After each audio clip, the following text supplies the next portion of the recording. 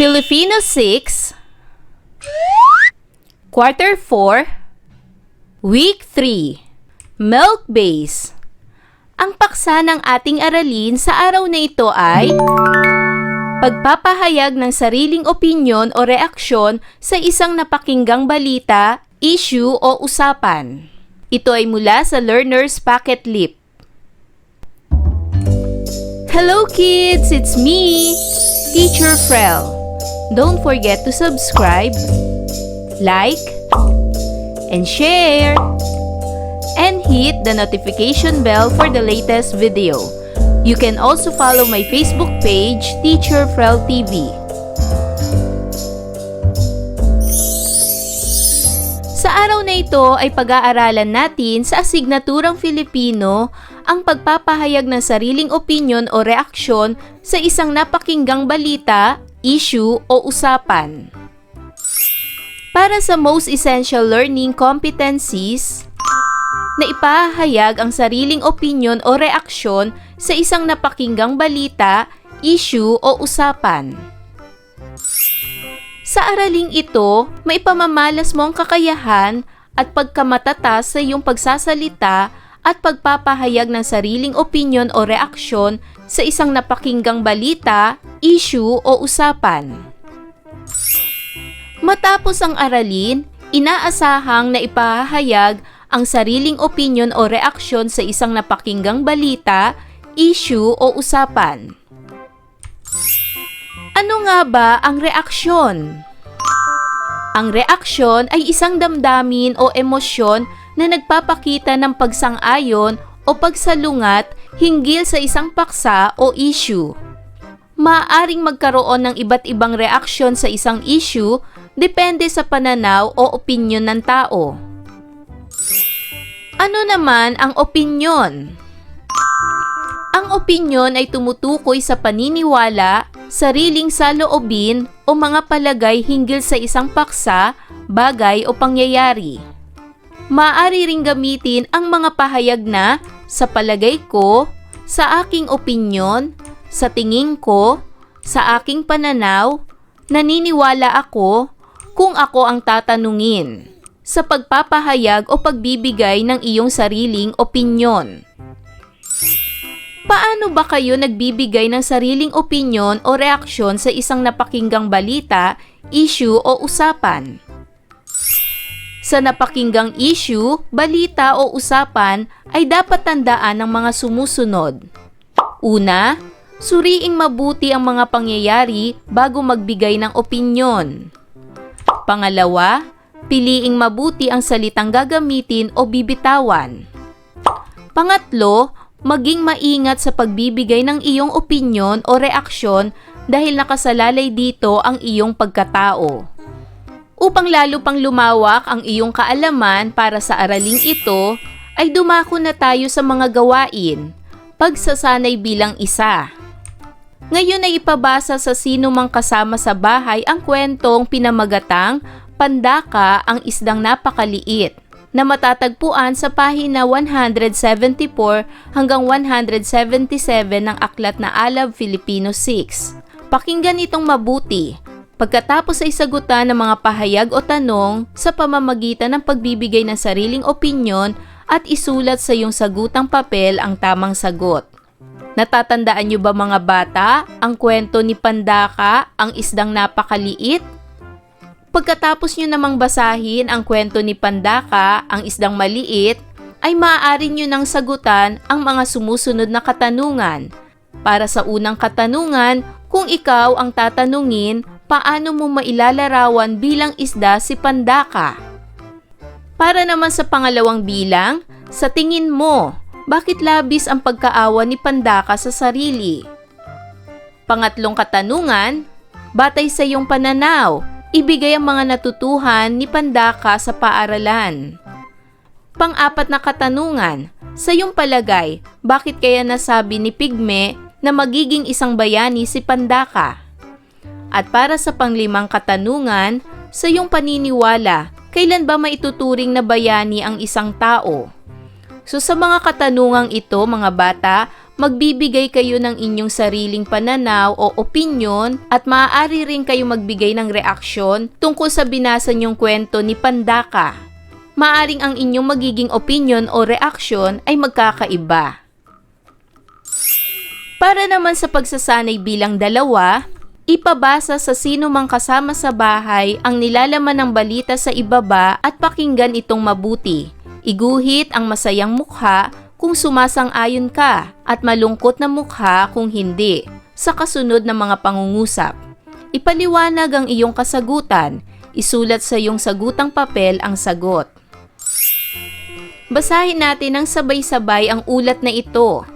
Ito ay tungkol sa extended school year. Pinag-aaralan na ng Department of Education na gawing 2 linggo lamang ang summer break ng elementarya at high school. Pahabain naman daw ang kasalukuyang school year upang makumpleto ang kanilang school requirements sa ilalim ng distance learning ngayong pandemya. Base sa orihinal na latag ng school calendar 2020 hanggang 2021, sa June 11 magtatapos ang klase ng mga estudyante mula elementarya hanggang high school, pero baka humaba pa iyan.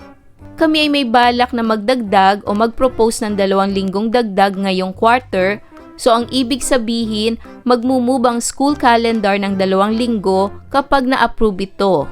Ang pahayag na ito ay ayon kay Diosdado San Antonio, Undersecretary for Curriculum and Instruction, DepEd. Pag-uusapan ng Executive Committee ng Department of Education o DepEd ang panukalang extension ng school calendar para sa second quarter. Isa sa mga dahilan ay para bigyan ng sapat na pagkakataon ang mga estudyante na makumpleto ang kanilang school requirements sa ilalim ng distance learning ngayong pandemya. Sa field report na nakarating sa DepEd noong first quarter, nasa 99% naman daw ng mga estudyante ang nakasunod sa mga school requirement. May ilang hindi pabor na dagdagan pa ang araw ng pasukan. Hindi lang pahirap sa mga estudyante, gayon din daw sa mga magulang gaya ni Bernie Barcia na 4 ang mga anak na nag-aaral. Ang mga bata hindi natututo ng maayos kasi magulang na ang gumagawa. Ito ay ayon kay Bernie Barcia, magulang. Meron din naman na pabor sa panukala. Mas maigi iyon kasi mas maraming matututunan ang mga bata. Ito ay ayon kay Norma Mendoza, magulang. Pero ang 2 buwan na summer break ay pinag-aaralan na rin daw iksian. Hindi na magkakaroon ng mahabang summer break sa pagitan ng 2 taong pasukan. Baka 2 linggo lang, pag-uusapan din yan. Ito ay ayon kay Diosdado San Antonio, Undersecretary for Curriculum and Instruction, DepEd. Ito ay mula sa ulat ni June Veneracion, GMA. Ngayon ay sagutin ang mga sumusunod. Una, pinag-aaralan na ng Department of Education na gawing 2 linggo lamang ang summer break ng elementarya at high school. Ikaw ba'y sumasang-ayon o hindi sumasang-ayon? Para sa aking halimbawang sagot, ako ay hindi sumasang-ayon sapagkat ang 2 linggo na summer break ay napakaiksi para sa mga mag-aaral at mga guro. Sumunod naman, pahahabain ang kasalukuyang school year upang makumpleto ang school requirements sa ilalim ng distance learning. Ikaw ba'y sumasang-ayon o hindi sumasang-ayon? Ang aking halimbawa ay masayang mukha, ibig sabihin ako ay sumasang-ayon. Sa aking palagay ay nararapat lamang na pahabain ang kasalukuyang school year upang makumpleto ang school requirements sa ilalim ng distance learning. Sa pamamagitan nito ay mas maraming matututunan ang mga bata. Para naman sa susunod, pag-uusapan ng Executive Committee ng Department of Education o DepEd ang panukalang extension ng school calendar para sa second quarter. Ikaw ba'y sumasang-ayon o hindi sumasang-ayon? Para sa aking halimbawa, ang aking sagot ay masayang mukha. Ibig sabihin ako ay sumasang-ayon. Sa aking pananaw, ay tama rin naman na pag-usapan sa Executive Committee ng Department of Education ang panukalang extension ng school calendar. Ito ay para makumpleto ang nararapat na aralin para sa second quarter. Susunod, Hindi lang pahirap sa mga estudyante, gayon din daw sa mga magulang ang pagdadagdag ng araw ng pasukan. Ikaw ba ay sumasang-ayon o hindi sumasang-ayon? Ang aking halimbawang sagot ay, masayang mukha. Ibig sabihin ako ay sumasang-ayon. Sapagkat nais din naman ng mga estudyante at mga magulang na magkaroon ng pahinga mula sa mahabang panahon ng pasukan. Sumunod, hindi na magkakaroon ng mahabang summer break sa pagitan ng 2 taong pasukan. Baka 2 linggo lang, pag-uusapan din yan. Ikaw ba ay sumasang-ayon o hindi sumasang-ayon? Para sa aking halimbawang sagot ay, malungkot na mukha. Ako ay hindi sumasang-ayon. Sa aking opinyon, ang hindi pagkakaroon ng mahabang summer break ay nakakalungkot isipin. Nais rin ng mga mag-aaral na magkaroon ng mahabang summer break upang ma-enjoy nila ang oras nila sa kanilang sarili at sa kanilang pamilya. Mga bata, magbigay rin kayo ng sarili niyong opinyon o pananaw sa bawat pahayag. Para naman sa pagsasanay bilang 3, ibigay ang iyong sariling opinyon o reaksyon hinggil sa extended school year na nasa gawain 2. Gamitin ang mga pahayag na parirala sa loob ng kahon upang makabuo ng sariling pangungusap. Isulat ang sagot sa iyong sagutang papel. Sa palagay ko, sa aking opinyon, sa aking pananaw, sa tingin ko, kung ako ang tatanungin. Magbibigay ako sa inyo ng halimbawa, mga bata. Halimbawa, sa palagay ko ay maganda rin naman ang nais imungkahi ng Department of Education ang panukalang extension ng school calendar sapagkat kung akong tatanungin ay makabubuti ito sa mga mag-aaral na maraming matututunan na aralin habang may pandemya pa. Sa aking pananaw ay makukumpleto ang target na aralin sa buong school year kung gagawin ang panukalang ito. Ang mga ginamit kong parirala dito ay, sa palagay ko, kung ako ang tatanungin, sa aking pananaw. At para naman sa pagsasanay bilang 4, ibigay ang sariling opinyon at reaksyon sa bawat issue o pahayag. Sundin ang halimbawa sa ibaba. Isulat ang sagot sa iyong sagutang papel. Halimbawa, ang issue ay paghinto sa pag-aaral ng maraming estudyante dahil sa pandemya. Ang opinyon ay, para sa akin, hindi dapat huminto sa pag-aaral ang mga estudyante dahil sa pandemya sapagkat napakaraming paraan para maituloy ang edukasyon sa mga tahanan gaya ng paggamit ng module, telebisyon, online classes at iba pa. At para naman sa reaksyon, nakalulungkot isipin na maraming mag-aaral ang nahinto sa pag-aaral dahil sa pandemya. So mga bata, ganito rin ang inyong gagawin. Pagbabasehan nyo ang issue upang makapagbigay kayo ng sarili nyong opinyon at reaksyon. Para sa unang bilang, ang issue ay paglobo ng bilang ng nagkakaroon ng sakit na COVID-19. Magbigay kayo ng sarili nyong opinyon o reaksyon ukol dito. Para sa aking halimbawa, ang aking opinyon ay, sa palagay ko, kailangan ng mga tao ang dobleng pag-iingat upang maiwasan ang sakit na COVID-19 at sundin ang mga health protocols ng ating pamahalaan.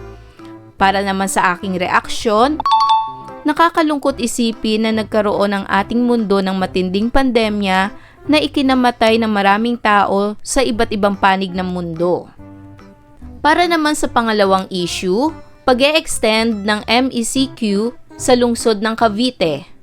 Magbigay kayo ng sarili niyong opinyon at reaksyon ukol sa isyung ito.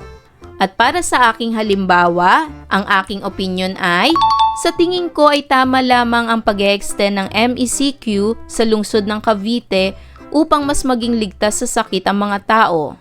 At para naman sa aking reaksyon, nakakalungkot isipin na hindi pa rin normal ang sitwasyon ng pamumuhay ng mga tao sapagkat kailangan pa rin na magpatupad ng MECQ sa lungsod ng Cavite. Pangatlong issue, pagpapairal ng curfew sa buong bansa. Magbigay ng sariling opinyon at reaksyon ukol sa isyung ito. At para sa aking halimbawa, ang aking opinyon ay, Sa aking pananaw ay tama lamang ang pagpapairal ng curfew sa buong bansa upang maiwasan na rin na makasagap ng sakit ang mga tao at mas maaga silang manatili sa kanilang tahanan. At para naman sa aking reaksyon, nakakalungkot isipin na limitado lang ang oras ng tao sa labas at kailangang manatili na sa bahay sa oras ng curfew. Para naman sa pang-apat na issue, pagbabakuna sa mga mag-aaral laban sa COVID-19. Magbigay kayo ng sarili niyong opinyon at reaksyon ukol sa isyung ito. At narito ang aking halimbawa. Para sa akin ay mahalaga ang pagpapabakuna sa mga mag-aaral laban sa COVID-19 upang hindi sila madaling tamaan ng sakit na ito. At para sa aking reaksyon, nakakalungkot isipin na humantong tayo sa ganitong sitwasyon na kailangan ng bawat isa ang bakuna upang maging ligtas sa sakit. At para naman sa panglimang issue, pagbubukas ng paaralan sa darating na pasukan 2021 hanggang 2022. Magbigay ng sariling opinyon o reaksyon ukol sa isyung ito. At narito ang aking halimbawa. Para sa aking opinyon, ay tama lamang na muling buksan ng paaralan sa susunod na pasukan upang muling maramdaman ng mga mag-aaral ang pagiging estudyante. At para sa aking reaksyon, nakakalungkot lamang isipin na pinaiksi na ang oras at araw ng pasok ng mga mag-aaral sa paaralan. Tandaan!